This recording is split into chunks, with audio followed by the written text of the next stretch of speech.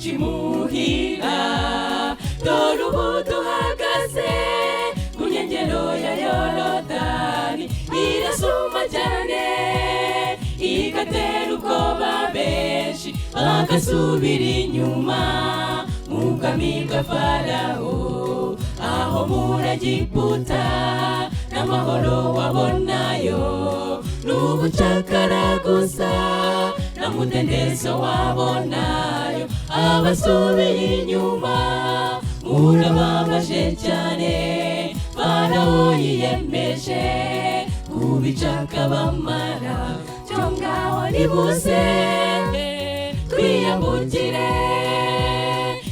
Yorodani tukihorera cyane yo kubatera ubwoba hari uwayinyuzemo uwo ni Yesu mwami watubanjirijemo atubera iteme uze twiyambukire tugere imuhira cyo ngaho nimuze twiyambukire Yorodani tukihorera cyane yo kubatera ubwoba hari uwayinyuzemo uwo ni Yesu mwami watubanjirijemo atubera iteme muze twiyambukire tugere imuhira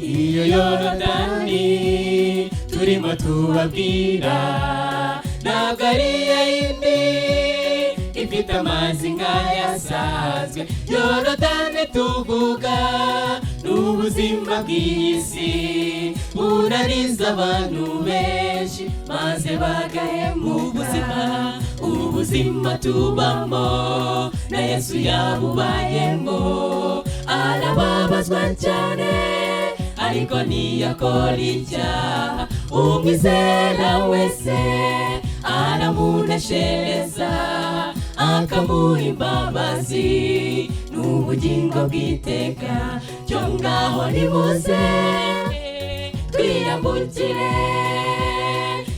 Yorodani tukihorera cyane yo kubatera ubwoba hari uwayinyuzemo uwo ni Yesu mwami watubanjirijemo atubera iteme muze twiyambukire tugere imuhira cyo ngaho nimuze twiyambukire Yorodani tukihorera cyane yo kubatera ubwoba hari uwayinyuzemo uwo ni Yesu mwami watubanjirijemo atubera iteme muze twiyambukire tugere imuhira cyo ngaho nimuze twiyambukire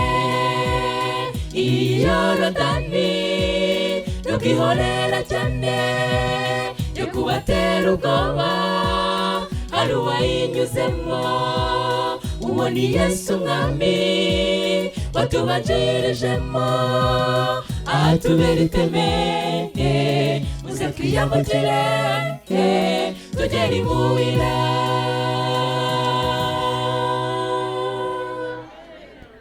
ashimwe Yesu ashimwe amen n'abana bati amen Imana ihimbazwe. Uyu mwanya rero tugezemo ni umwanya tugiye kwinjira mu byanditswe byera kugira ngo twumve icyo Imana ivugana natwe muri mugoroba. Reka mbere yuko tubumbura ijambo ry'Imana dusenge. Data wa twese uri mu ijuru, turi imbere yawe muri umwanya tugushimira amahirwe duhaye yo kuba tugiye kuganira hamwe ukuri kwawe wandikishije mu ijambo ryawe. Uwiteka udusobanurire, twebwe duciye bugufi imbere yawe turi abigishwa, utubere umwigisha. Ibyo ushaka beho mu izina rya Yesu, amen. Uyu mwanya tugiye kurebera hamwe ikigisho kivuga ngo nta kure Imana itavana umuntu. Nta kure Imana itavana umuntu.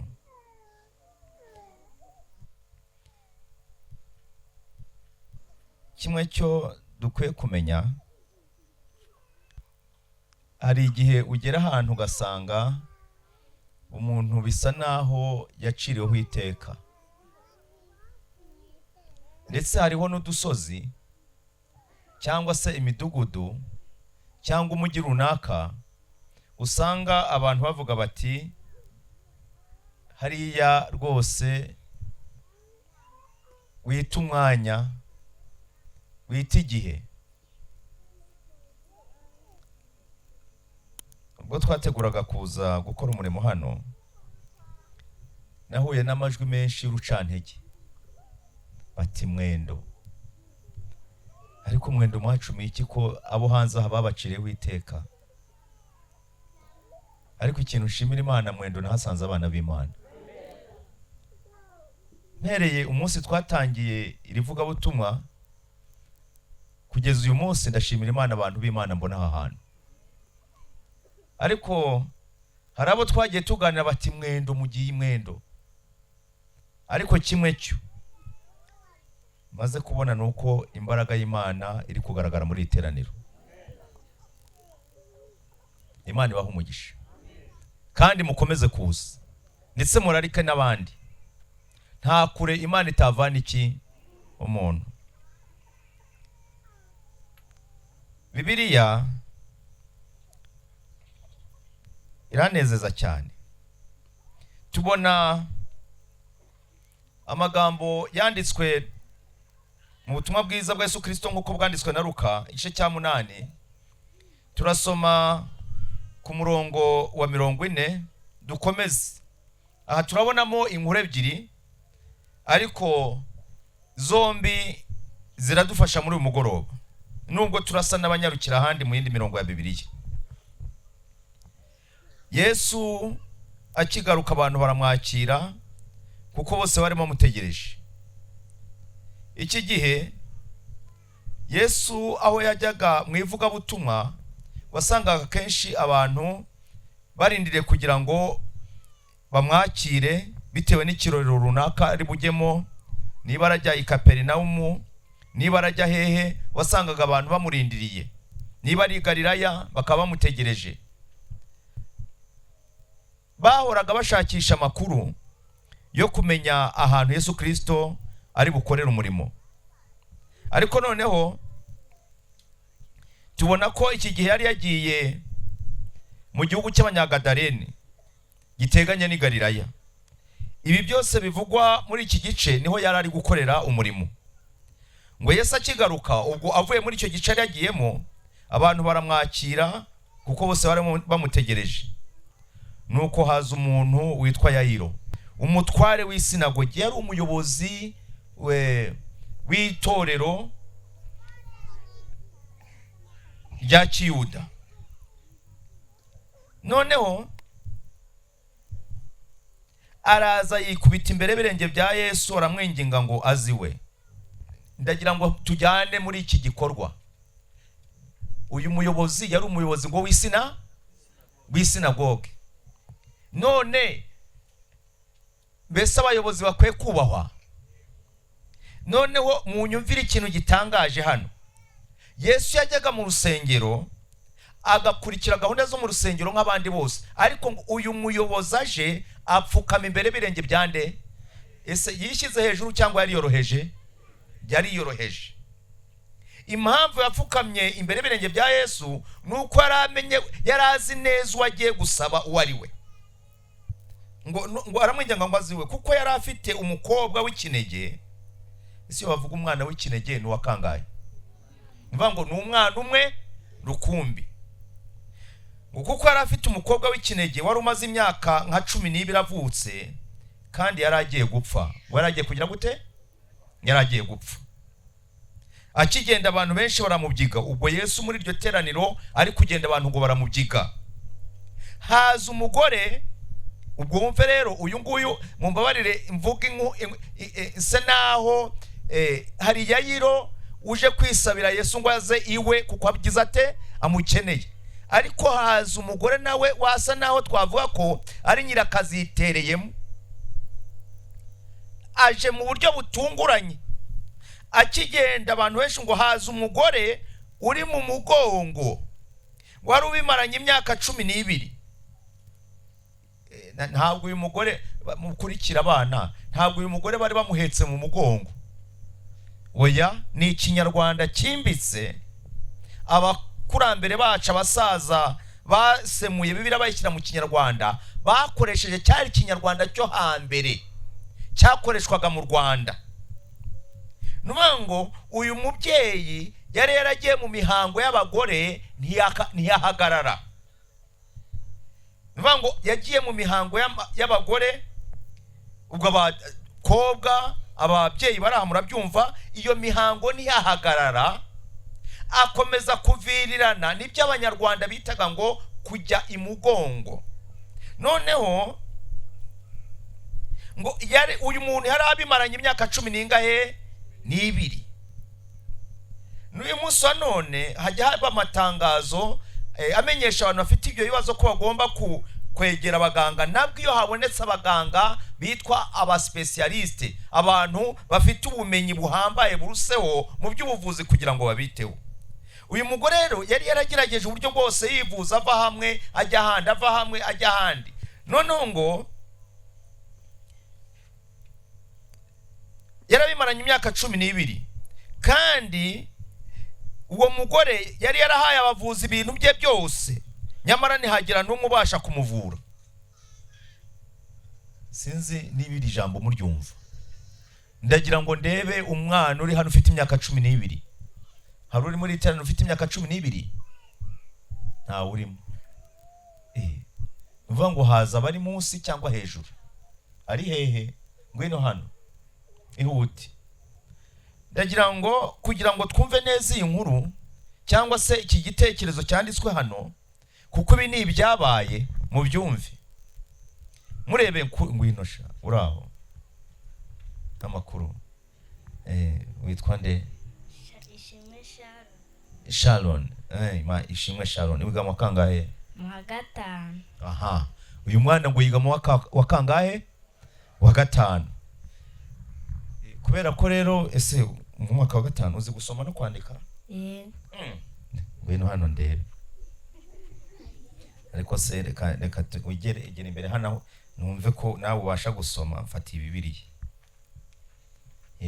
Noneho hagarara gutya. None ndagira ngo udusomere uyu murongo wa 43. Numve ko uzi gusoma. Ngaho soma amagambo yanditse hano ukomeze.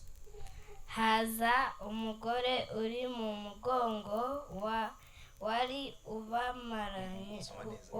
ubimaranye imyaka 12, kandi wari warahaye abavuzi ibintu bye byose, nyamara ntihagira n'umwe ubasha kumuvura. Aha. Ese arabishoboye?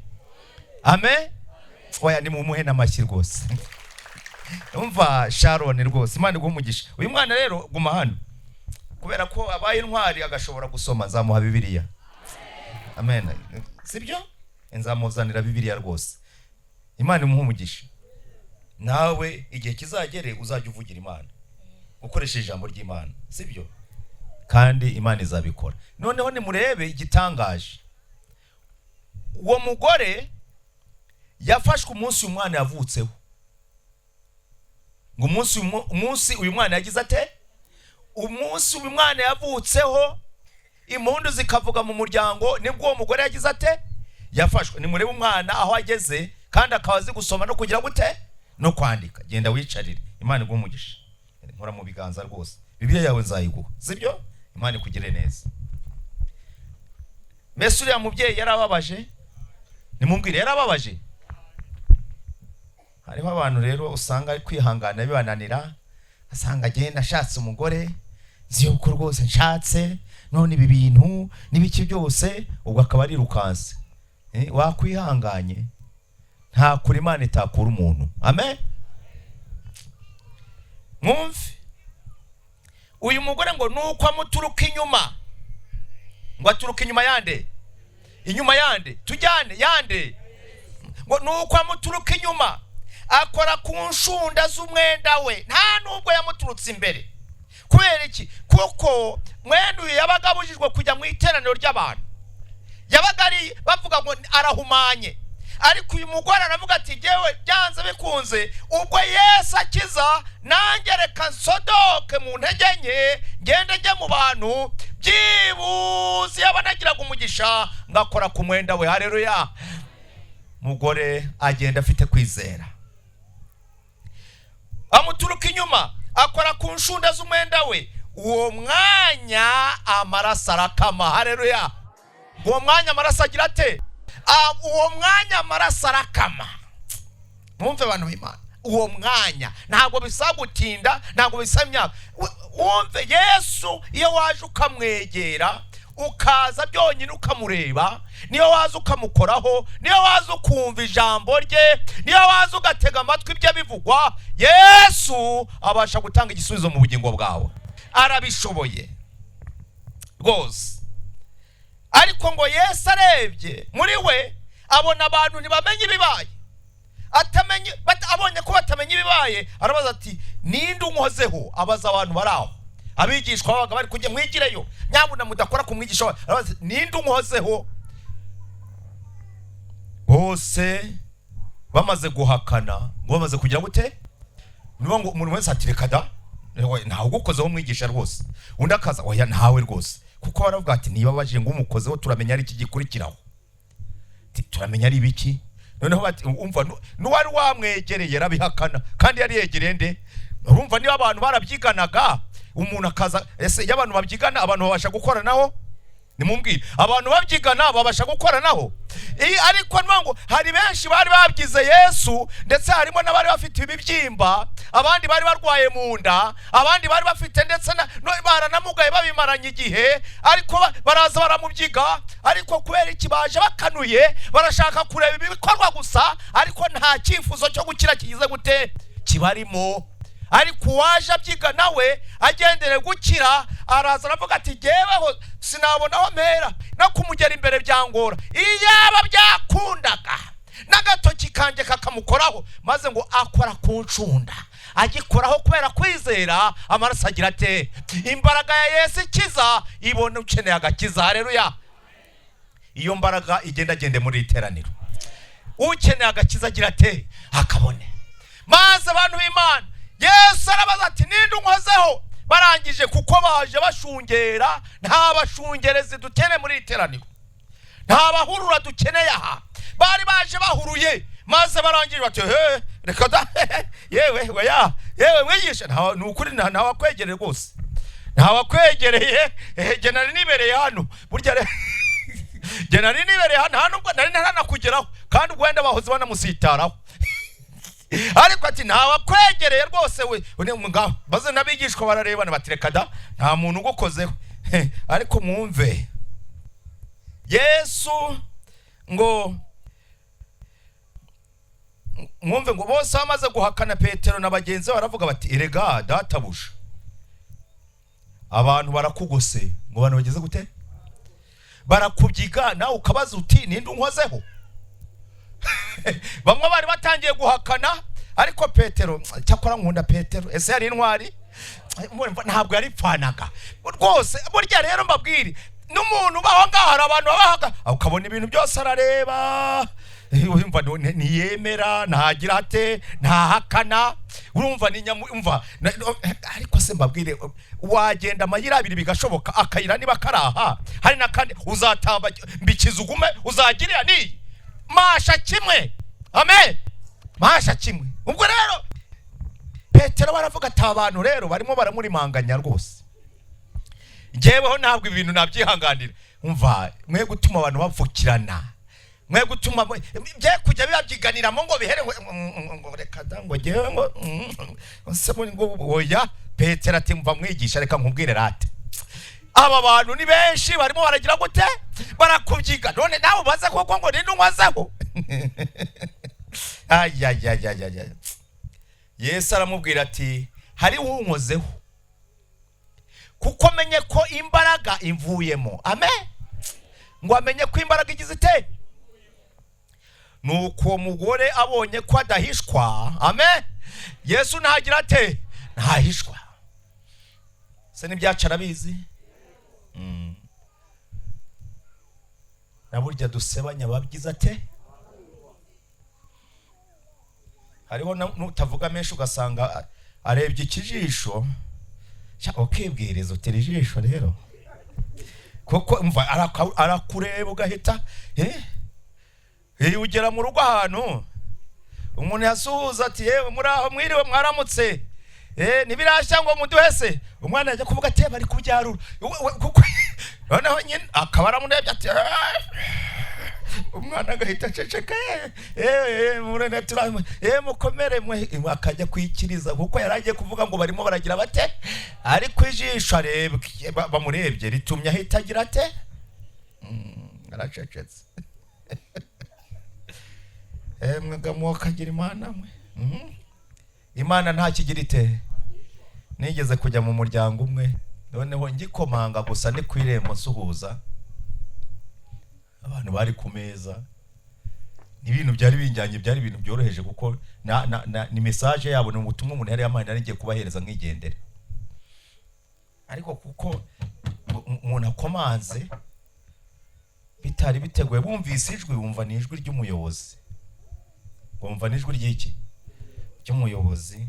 Rimwe na rimwe hari igihe abantu tuba dufite n'abantu mu nsengero nabo bafite ikibazo, Yesu kubakoraho byaragoranye, cyangwa se bakamubyiga gusa ariko bataremera ko imbaraga y'ikizi bageraho. Noneho basa n'abagize ikibazo bati umuyobozi nabona ibi biryo azaba ari inkuru ki.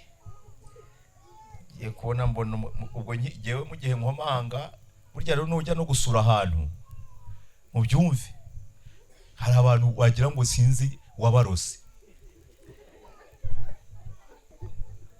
arakomanga, yaba gikomanga ntibanikiriza, ukabona yafunguye urugi yinjiye. Ubundi ngo niba ukomanze komanga, hari n'igihe ukomanga bwa mbere ntibagire gute, bagace nibumve cyangwa bakanaceceka ukongera. Ngo niba ukomanze, bivuga ngo niba ukomanze jya utera intambwe nk'eshatu usubira inyuma. Impamvu ni iyi, hari igihe bashobora kuza bakomanga, bakingura, ahari urugi rukingurirwa inyuma akarugutikura mu gahanga. Ubwo rero niba nibyo nese, niba ubwo rugi rukingurirwa inyuma ko atari warukinze, igirayo tera intambwe wigira inyuma, kandi wirebere nk'iriya. Si ngombwa ngo urebe iriya, none si wa muntu niba aje gukingura wenda yari yitiye agatenge cyangwa isume, ni ngombwa kujya kureba kuko yaza ati umushyitsi wenda yaraje agira ngo ni umwana we cyangwa umugabo we, yaza yakubita amaso akatera agasubirayo. Niba ukomanze komanga, utera intambwe wigira inyuma, kandi wirebere nk'iriya uri kureba ubusitani, ureba utunyugunyugu gutyo. Ibyo biba ari uburyo bwiza. Maze igihe nakomangaga nigiye inyuma gato kugira ngo nyine niba ari byo batunganya bitunganye, ngiye kumva numva ni karibu, ni karibu. Ndinjira, ya envelope nari njyanye, ngiye kubona mbona barwanye no kugira ngo bavane ibyo ku meza byari biriho, ariko ngiye kubona mbona igisorori kubera kugiterura kiri mu isosi, mbona byabagoye biracubangana, bagitereka munsi gutya, urabona. None buri hari igihe ugira ibintu ukibagirwa yuko amaso aragatsindwa, arareba. Noneho nyeza mbona igisorori, ndebye igisorori giteretse hasi, kandi abantu bari ku meza yo kuriraho, nta nubwo bimutse ngo bajye ku yandi. hari ariko ndavuga nti abantu nshobora kubateza ikibazo, ndangije mpita mpereza, ndavuga nti ndihuta mbagize nte ndagiye kugira ngo bakomeze ibyo bari barimo, kubera ko Yesu we ngo nahishwa byose ababireba. Abantu bubasha kubarimanganya ukabahisha, ariko Yesu ntiwamuhisha. Ariko reka dukomeze noneho. Nuko uwo mugore abonye ko adahishwa, aza ahinda umushyitsi. Ngo aza ahinda iki? Umushyitsi amwikubita imbere, amubwira mu maso ya bose icyatumye amukoraho, nuko akize ako kanya. Amen. Atanga ubuhamya. Yesu aramubwira ati, mwana wanjye. Amen. Nawe n'umwana w'iki? W'Imana. Mwana wanjye, kwizera kwawe kuragukijije, genda amahoro. Haleluya. Ese Yesu arakiza? Yesu arakiza, natwe yadukiza. Izina ry'Imana rihabwa icyubahiro. Nuko akivuga, Yesu akiri muri iryo teraniro, mwumve twahere kuri Yayiro. Akivuga, haza umuntu uvuye mu nzu ya wa mutware w'isinagogi ati, umukobwa wawe yapfuye. Wa mwana wari urwaye ngo yagize ate? Yapfuye. Wikwirirwa urushya umwigisha. Mwumve, aba bantu bafite imyaka bahuriyeho. Umwana wari urwaye arafite imyaka 12, n'umugore wakijijwe uburwayi yarabumaranye imyaka 12. Nuko abantu babiri banganye imyaka ku kibazo runaka. Umwe ni y'amavuko, undi ni imyaka amaze arwaye.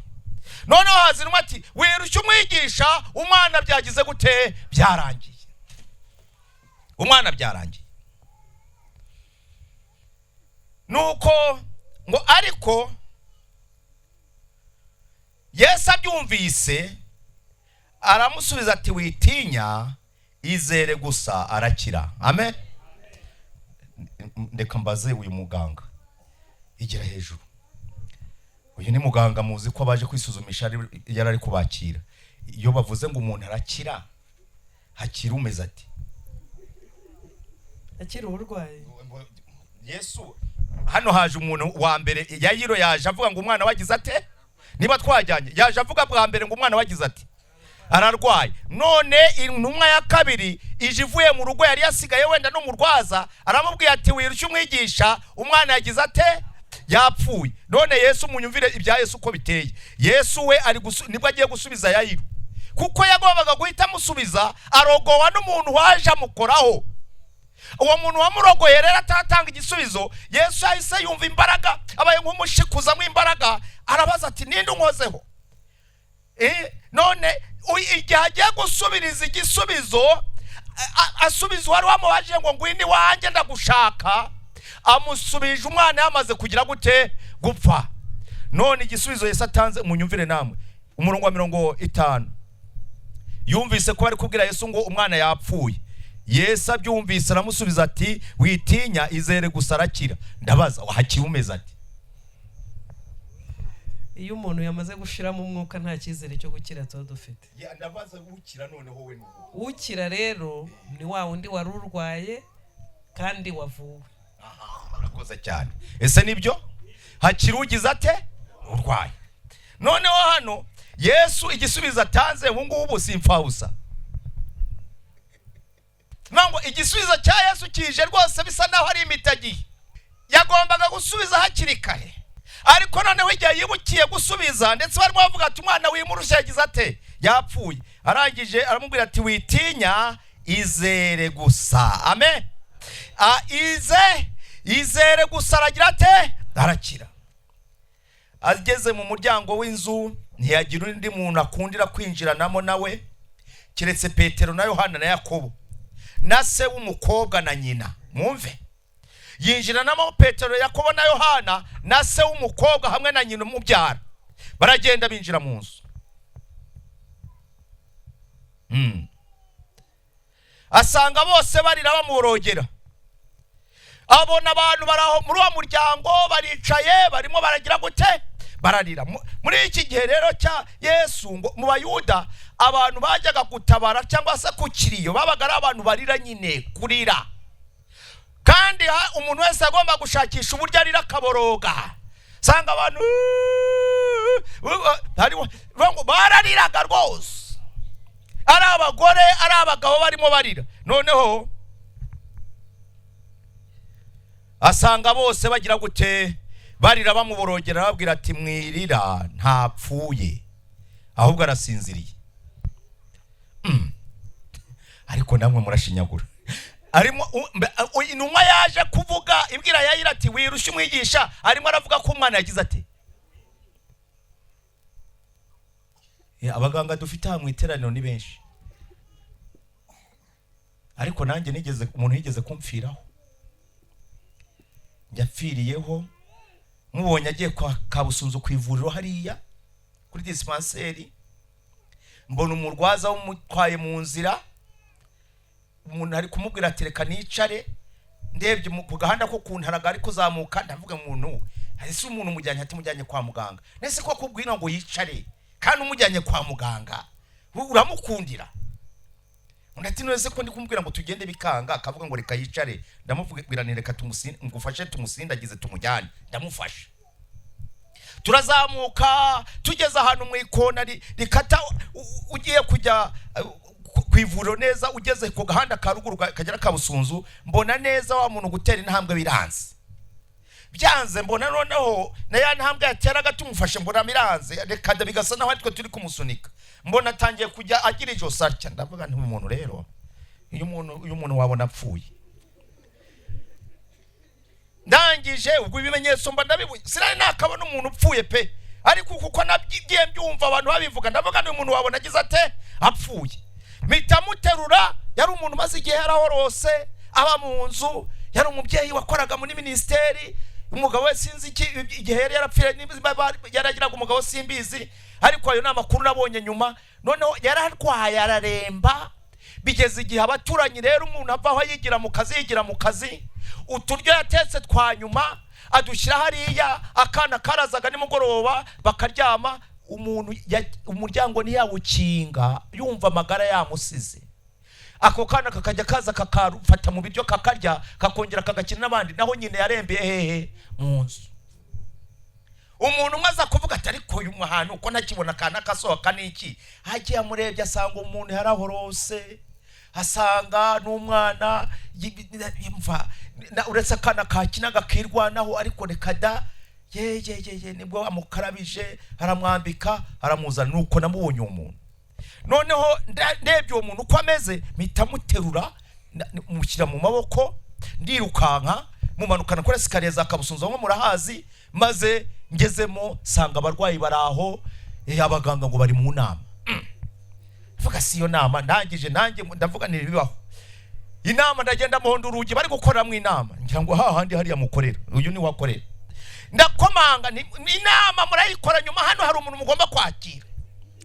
Ariko yarega babwiriza rero hari igihe duhangara, bati ibi ni ibiki, ni uretse ko nta ambulance nari mfite ngo umukiremo, wenda yaba ambulance bari guhita barambika byose hasi. Ni woya inama murayikora, nyuma muza mutabari, hano hari umuntu ufite ikibazo.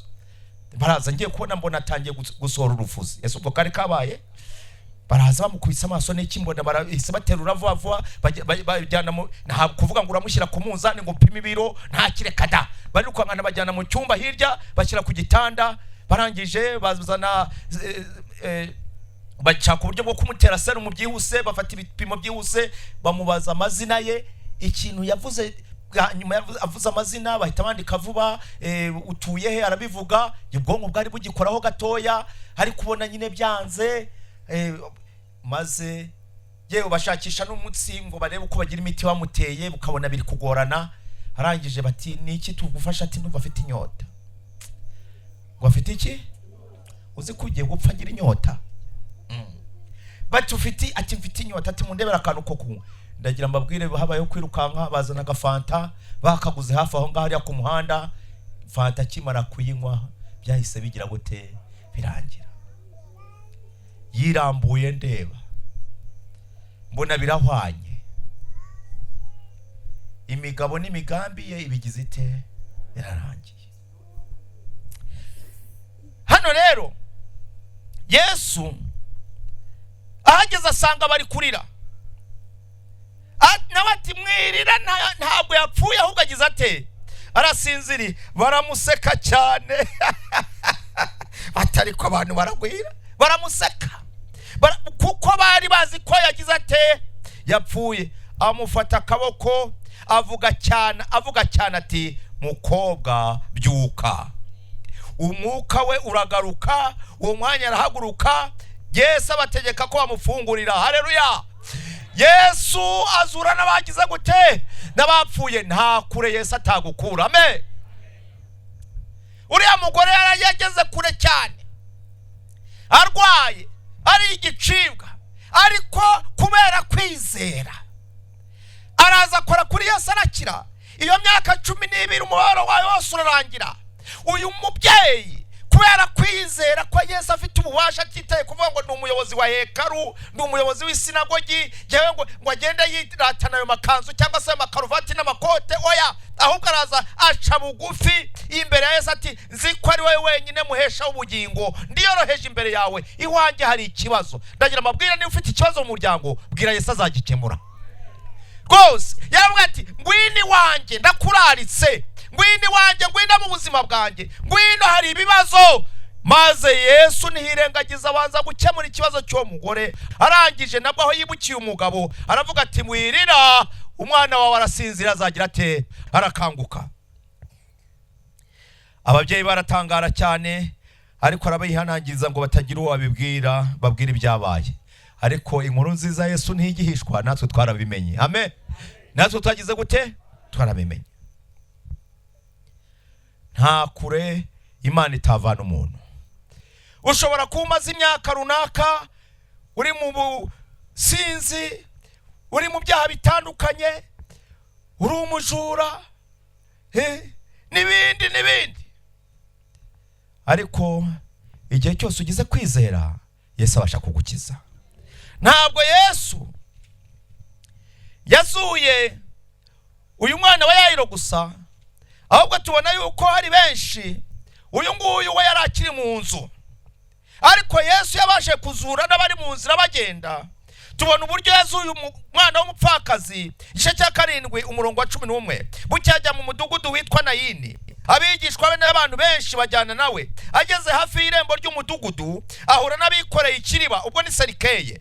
Noneho wari wapfuye ari umwana w'ikinege, kandi nyina ari umupfakazi. Abantu benshi bo muri uwo mudugudu bari bamuherekeje. Umwami Yesu amubonye, amugirira imbabazi, aramubwira ati wirira. Amen. Abonye umupfakazi agahinda asigaranye, uwo mwana niwe amuvomera gutuzi, ndazaga gutashya inkwi. Yesu arebye agahinda uwo mugore asigaranye, aravuga ati mubyeyi wigira ute, wirira. Noneho ngo yegera Serikeye, yegera ikiriba. Yegera iki? Ikiriba, agikoraho. Abakikoreye barahagarara. Haleluya. Iyo Yesu yageze iwawe ibibazo bihari, ujya wemera muhagarare. Yesu agira ate, akoreho. Amen. Akoreho. Ngo abakikore bahagarara ati muhungu ndagutegetse byuka. Wari upfuye arabaduka atangira kuvuga. Haleluya. Kandi bari bamaze gucukura imva, yagize ite, yapfubye. Imva yapfubye, ariko Yesu arategeka ati byo gukingura, umuhango wo gukingura ugize ute, urasubitswe. Hari abamaze gusa naho bagushyize muri Serikeye, ariko Yesu agiye gukora igitangaza.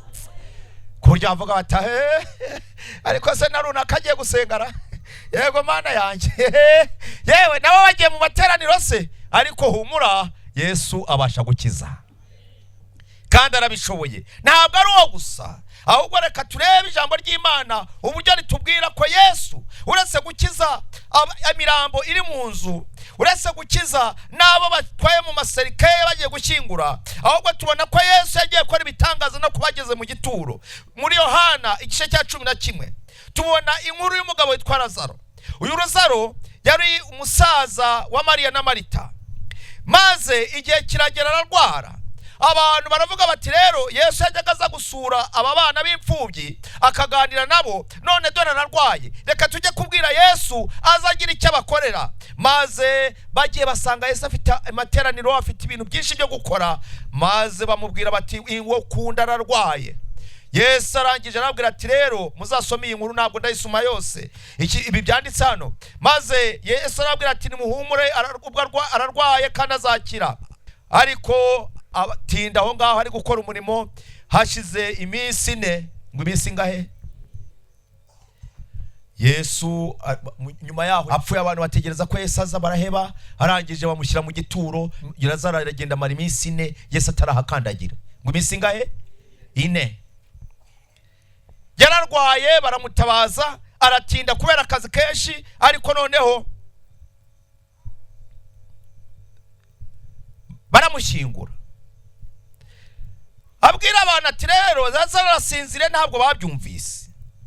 Baravuga ngo bati rero umuntu wacu, umurongo wa 11 avuze atyo, ababwira ngo inshuti yacu Lazaro arasinziriye ariko ngiye kumukangura. Abigishwa baramubwira bati databuja niba asinzira azakira.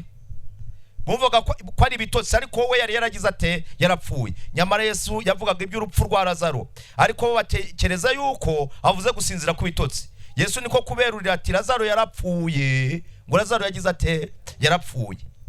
Nanjye nezerewe ku bwanyu kuko ntari impari, kugira ngo noneho mwizere. Nimuze tujya ahari. Noneho 17 Yesu agezeyo asanga Lazaro amaze iminsi 4 mu gituro. Ngo amaze iminsi ngahe 4. I Betaniya hari bugufi bwa Yerusalemu. Reka tukomeze twihute. 19 nuko Abayuda benshi bari baje kwa Marita na Mariya kubahumuriza kuko musaza wabo yapfuye. Marita yumvise ko Yesu aje ajya kumusanganira, ariko Mariya asigara yicaye mu nzu. Marita abwira Yesu ati databuja iyaba wari hano musaza wanjye ntaba yaragize ate mbabaze. Marita yarazi ko Yesu akiza, yarabizi cyangwa ntiyarabizi? Yarabizi. Ati iyo uba hano ntaba yaragize ate, kandi n'ubunzi yuko ibyo usabye Imana byose Imana izabiguha. Amen. Avuga ati n'ubu uramutse ugize icyo usaba ziko cyagira gute cyabaho. Yesu aramubwira ati musaza wawe azazuka. Amen. Ese abacu bapfuye bazazuka? Ni bande babyizera? Amen. Imana ibaho umugisha. Abapfuye bacu bazagira gute? Ikibazo ni iki, mbese uramutse usinziriye waba usinziriye ute? Kuko umuntu uko asinzire niko azazuka. Sinziriye sha ayo masambu sha muzayarya sha. Murabijyanye sha. Umva uzazuka ushihurana.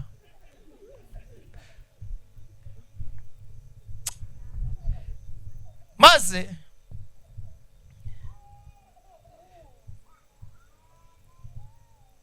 makumyabiri na gatanu Yesu aramubwira ati, kuko Marita aravuze ati nzi ko azazuka ku munsi w'imperuka, byo ndabizi, bari baramaze kwiga icyo cyigisho bakizi. Yesu aramubwira ati nige kuzuka n'ubugingo. Amen. Kuzuka n'ubugingo ninde? Ni Yesu. Nige kuzuka n'ubugingo unyizera. Mwumve impamvu yacu kuba imwendo. Unyizera naho yaba yarapfuye azabaho. Haleluya. Nicyo Yesu ashaka. Unyizera, unyemera, akanyakira mu bugingo bwe, akanyakira nk'umwami n'umukiza, nubwo yaba yapfuye azagira ate azabaho. Kandi umuntu wese ukiriho ntabwo ari nyuma y'urupfu. Umuntu wese ukigize gute ukiriho unyizera ntazapfa iteka ryose. Amen. Bese namwe murabyifuza? Yesu ati unyizera kigize ate akiriho. Arangije Yesu biba ngombwa ko abwira ati nimujye kunyereka aho mwamushyize. Baragenda, ariko ngo Yesu yitegereje abo bantu ukuntu bari kurira, ngo arabitegereza banyuzamo amaso, arabareba. Arebye asanga abo bantu bari aho. Yesu agiye kuzura Lazaro, ariko arebye abona muri abo harimo abazakora inama yo kongera kwica Lazaro, kuko babona ko kuzuka ko bizabwiriza benshi. Arebye abona muri abo ngabo hari abantu muri 70 igihe Yerusalemu izabirimbuka bazagwa muri Yerusalemu kubera barirengagije imiburo ya Yesu Kristo. Arakomeza arareba ngo arahinguranye ibinyejana, abona ukuntu abantu bazagera mu mahenuka y'isi ariyo duhagazemo bakanga kwakira ubutumwa bwiza, bakarimbuka kandi baraburiwe mu buryo bushoboka. Maze ngo yitegereje ibyo bintu byose bikomatanyirije hamwe, arababara, ababazwa n'uburyo abantu banze umucyo w'ijuru, n'uburyo abantu banze ijambo ry'Imana. Ararira. Agira ate? Ararira. Noneho barangije abantu bamubonye bati yewe nimurebe ukuntu yamukundaga, naho ntibazi ko arijijwe n'ibyaha byabo.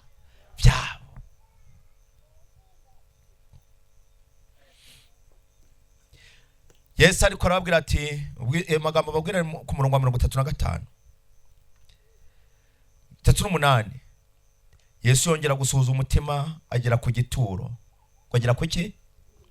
Cyari isenga ishyizweho igitare ku munwa. Yesu arababwira ati nimukureho igitare. Marita mushiki wapfuye aramubwira ati databuja, munyumvire. Mushiki wagize ate? Wapfuye aramubwira ati databuja, sigaho.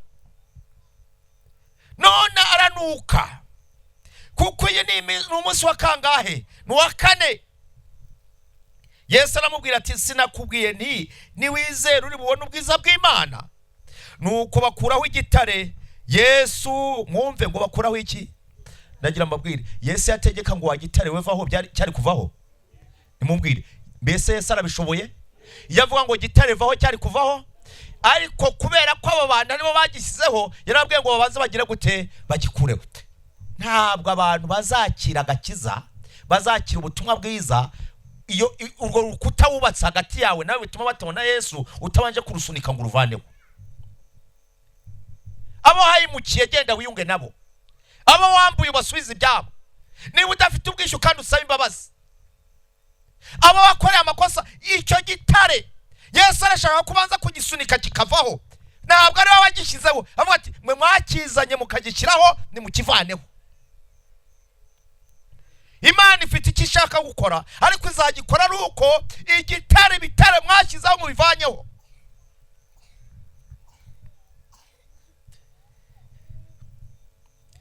Nuko bakuraho igitare. Imana idufashe kugira ngo ibitare twashyizeho tubivaneho. Bakuraho igitare. Yesu arararama aravuga ati data ndagushimye kuko unyumvise. Ubwanjye narinzi yuko unyumva iteka, ariko mbivugiye kubwo abantu bangose ngo bizere yuko ari we wantumye. Amaze kuvuga ibyo arangurura ijwi rirenga ati Lazaro sohoka. Wari upfuye arasohoka, azingazingiwe mu myenda amaguru n'amaboko n'igitambaro gipfutse mu maso he. Yesu arabwira ati nimumuhambure mumureka agende. Amen. Haleluya. Nta kure Imana itavana iki. Umva, hari w'abantu bamaze kugucira witeka, bakabona yuko iby'agakiza kuri wowe biri kure rwose, ndetse bamaze kugushyira no mu mva. Baravuga batumva rero imva yewe naramuka rigezemo, yewe umva ko ijuru ribaho, byararangiye barahanaguye. Ariko ndagira ngo nuri mu gituro Yesu abasha kumukuramo. Nubwo waba ugendagenda avuga ati nimumureka agende n'umupfu wigendera, ariko ndagira mabwire n'abapfu bari mu Serikeye bagiye kwashyingura Yesu nabasha kubazura. Nubwo waba uri mu buriri uriyo warahorose umeze nabi uhora wibaza ibyawe uraryama ibibazo ukabyiyorosa, wanakanguka ukaba ibyo ukangukana, wakarabuga ugakaraba ibibazo byamaze kukugota impande zose, n'abari mu nzu bagwana nabyo Yesu abasha kubakiza. Ufite ibibazo ugundagurana nabyo imyaka n'imyaka wabanye nabyo, niba arakijije umba bimaranye 12 agakiza nawe bimaranye imyaka irenga, nawe ibyawe yabasha kubikiza. Imana itugereye neza kugira ngo Yesu tumwizere. Icyo yavuga aravuga ati niba wizeye, Yayiro yarizeye, umugore wamukozeho yarizeye, uriya mupfakazi yari afite agahinda atabaza ati Mana ntabara nzasigara he. Yesu abona kwifuza kwe aramusubiza. Haleluya. Aba bakobwa babanaga na musaza wabo, ari babafashaga baha inama, ari we yarahindutse umugabo mu rugo afasha abashiki be. Yesu abona ko umuryango usigaranye icyo gikomeye, arangije amuvana mu gituro. Aho ngaho ugeze, nubwo bugeze uzi kugira ngo ubone umuntu yajya gusuhuza umuntu wamusuhuza ugasanga itabi niryo rigusanganiye. Ese birashoboka? Wewe yakuvugisha ukagira ngo nisigara guhaye ngo usomeho, kubera ko itabi ryaramuzuye inzu, umwuka wose ibihaha byabaye umukara. Uramutse umujyanye muri mashine ukareba ujya kubona ukabona ibihaha ni imyotsi gusa, ni imyotsi gusa. Inyama ni ikigaragara nk'inyama yarazambye yarashize, ariko n'uwo Yesu abasha kumukiza. Haleluya. Uyu mwanya ndasaba Imana yo mu ijuru kugira ngo tugenderere ikiganza cya Yesu kikiza kidukoreho, kandi ibyo ngibyo ndabyizeye ko bishoboka. Imana ibidukorere twese uko turi aha mu izina rya Yesu.